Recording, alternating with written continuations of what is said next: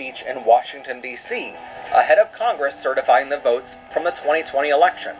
Overwhelmingly, U.S. voters decided Joseph Biden would be our next president, but Donald Trump was adamant that the election was stolen from him. We will never give up. We will never concede. It doesn't happen. You don't concede when there's theft. Trump's team filed 64 lawsuits alleging voter fraud.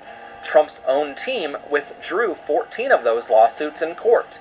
Judges dismissed 20 of them for lack of evidence, and 29 of them failed after being fully tried on the merits of the case.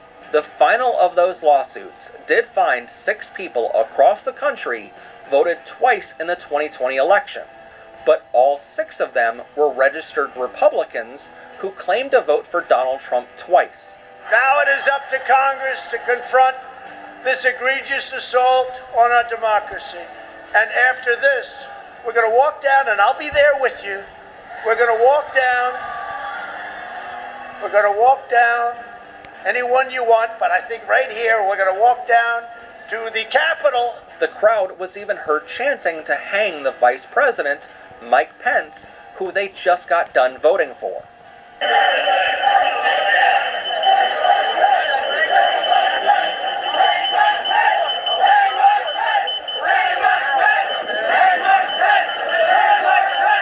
Donald Trump then went back to the White House. His crowd went to the Capitol, and Trump joined most of us around the world watching our television as 2,500 of his fans attacked Capitol Police, and his own vice president was evacuated from the building seconds before the rioters stormed the chambers of the House.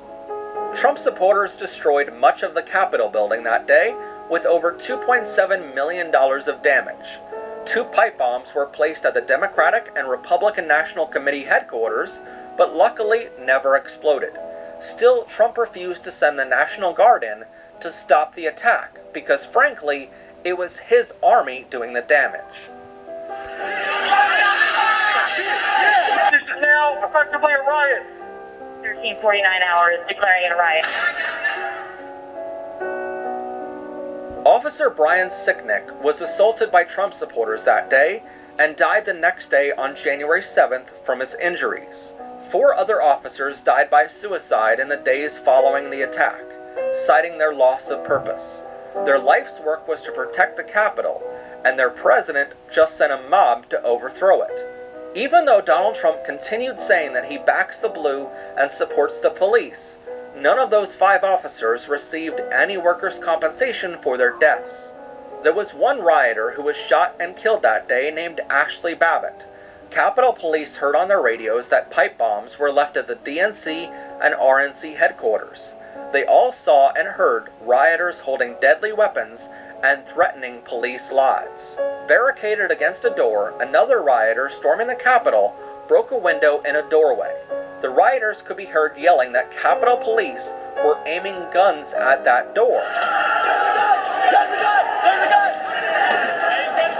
After all, their lives were in grave danger, and anything to come would be self-defense in a territory governed by middle ground laws. This means officers have a right to retreat if they can, but also have the legal right to shoot and kill if they are backed into a corner and their lives are in danger.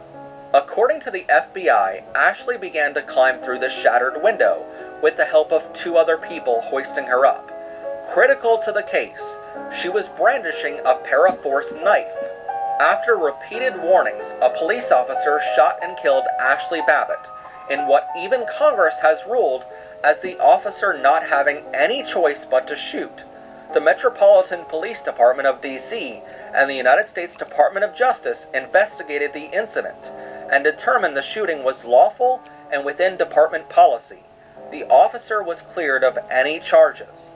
On April 16, 2021, Ashley's family started a crowdfunding campaign on the extremely far-right website GiveSendGo for help financing a wrongful death lawsuit against the Capitol Police. It raised over $462,000, even though the officer was already cleared of any wrongdoing. On May 19, 2025, the U.S. government agreed to pay Ashley's family $4.975 million in a settlement even though Ashley was the one who threatened a police officer's life. According to the US Government Accountability Office, the January 6th riot, orchestrated and led by Donald Trump, cost taxpayers $2.7 billion in total. To overturn the election in his favor, you might assume Trump would have paid for the rally on January 6th, but there were actually 4 dark money groups that fronted the bill for the attack. These 4 include the Women for America First, Rule of Law Trust, Tea Party Express, and Turning Point USA, which was led by Charlie Kirk. First, let's start with who financed these dark money groups right before the attack. Most notably is Sheldon Adelson, who was the CEO of Las Vegas Sands. He gave $90 million to these dark money groups ahead of January 6th, but he died of cancer 5 days after the attack on the Capitol. Richard Uline, who owns Uline Packaging Products, gave $4 million.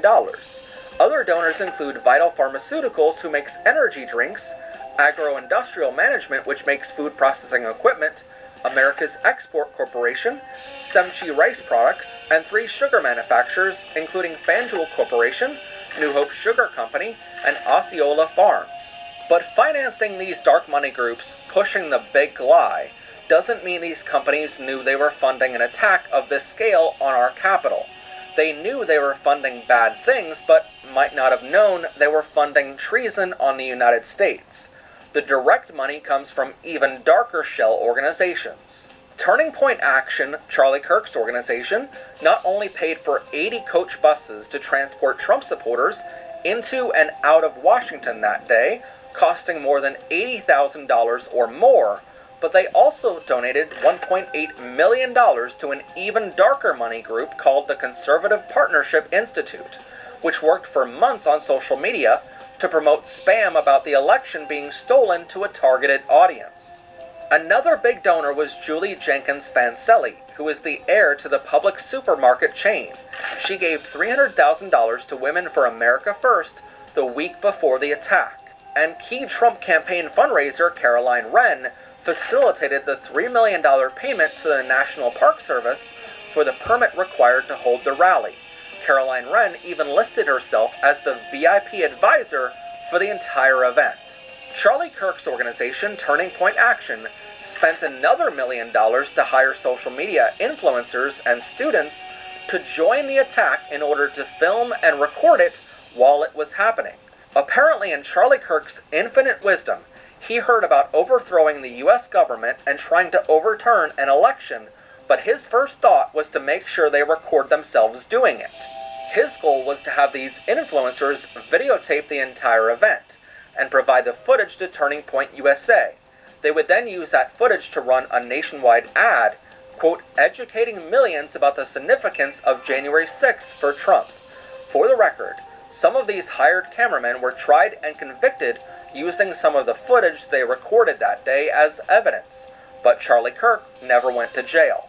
While the attack was taking place, another $228,333 was being spent by American-made Media Consultants LLC, which funneled this money into text messaging the rioters during the event to ensure they kept fighting.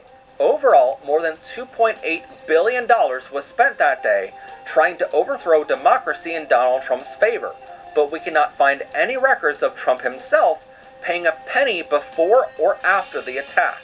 Over the next few days, Donald Trump was impeached for a second time by the House of Representatives, but was never held accountable by the Senate, so he remained in office until January 20th. Over the next 6 months, at least 15 visits were made by 7 different former cabinet members to Trump properties. These trips were made with a full staff and were reportedly paid for by the U.S. government, totaling $495,375. In mid-2021, the Republican National Committee agreed to pay $1.6 million for the legal bills for Trump trying to overturn the 2020 election. In the end, he lost every single one of those cases, but the RNC paid the bill for him anyway. Again, you'll notice he starts a giant war, and someone else pays the price.